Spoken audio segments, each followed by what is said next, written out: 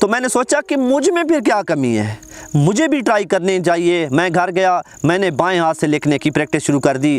مجھے شروع میں بڑی ہی دقت ہوئی، میرے ہاتھ شل ہو جاتے تھے، لیکن میں نے کہا کہ میں نے ہار نہیں ماننی، یہاں تک کہ میں پریکٹس کرتے کرتے کامیاب ہو گیا۔ پھر میں نے سوچا کہ شرما جی صدر پرشاد دونوں ہاتھوں سے صرف انگریزی ہی لکھ سکتے تھے۔ میں آپ کو تب مانوں گا جب آپ ایک ہاتھ سے ہندی لکھو گے، دوسرے ہاتھ سے انگریزی لکھو گے۔ میں نے اپنا دایاں ہاتھ ہندی اور بایاں ہاتھ انگریزی کے لیے وقف کر دیا۔ میں پریکٹس کرتا چلا گیا یہاں تک کہ میں ایک ہاتھ سے ہندی اور دوسرے ہاتھ سے انگریزی لکھنے لگ گیا۔ مجھے یہ جان کر خوشی ہوئی کہ میں تو اپنے صدر صاحب سے بھی ایک قدم آگے نکل گیا۔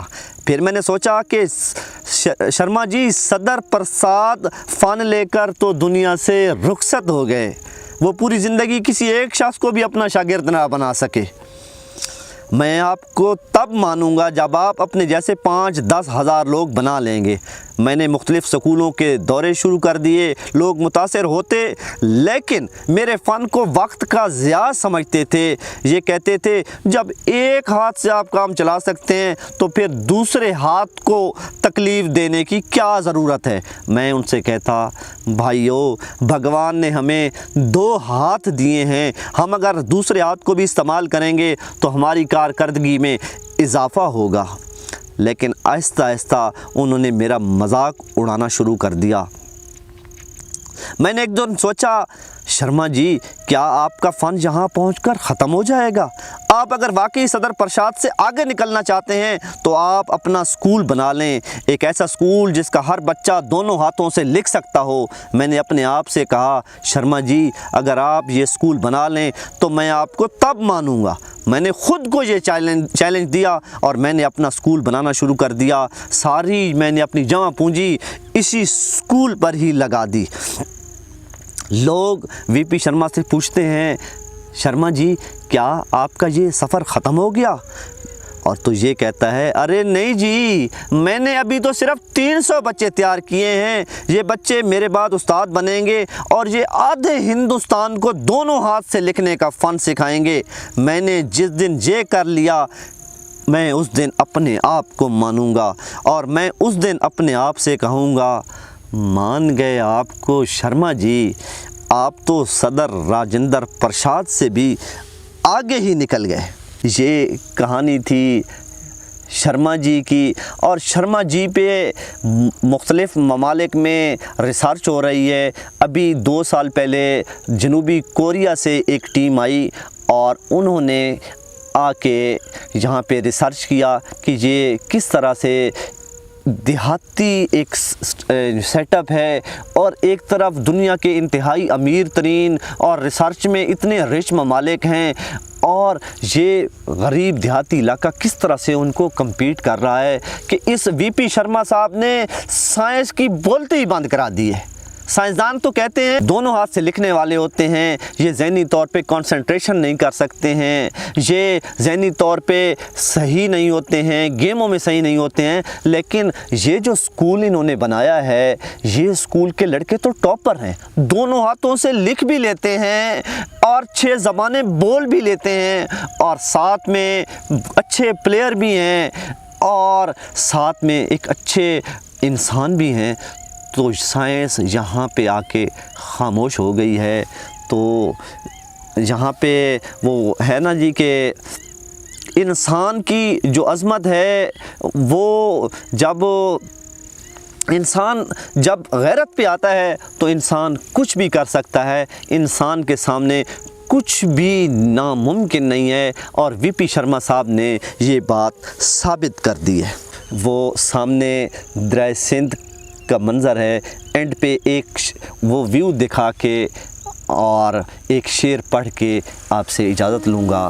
یہ منظر ہے اور شعر ہے اسی مناسبت سے کہ سورج ہوں زندگی کی رمق چھوڑ جاؤں گا، سورج ہوں زندگی کی رمق چھوڑ جاؤں گا، میں ڈوب بھی گیا تو شفق چھوڑ جاؤں گا۔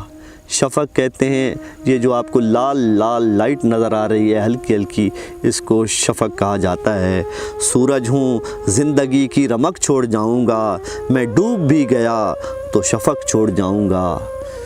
آپ کا بہت شکریہ۔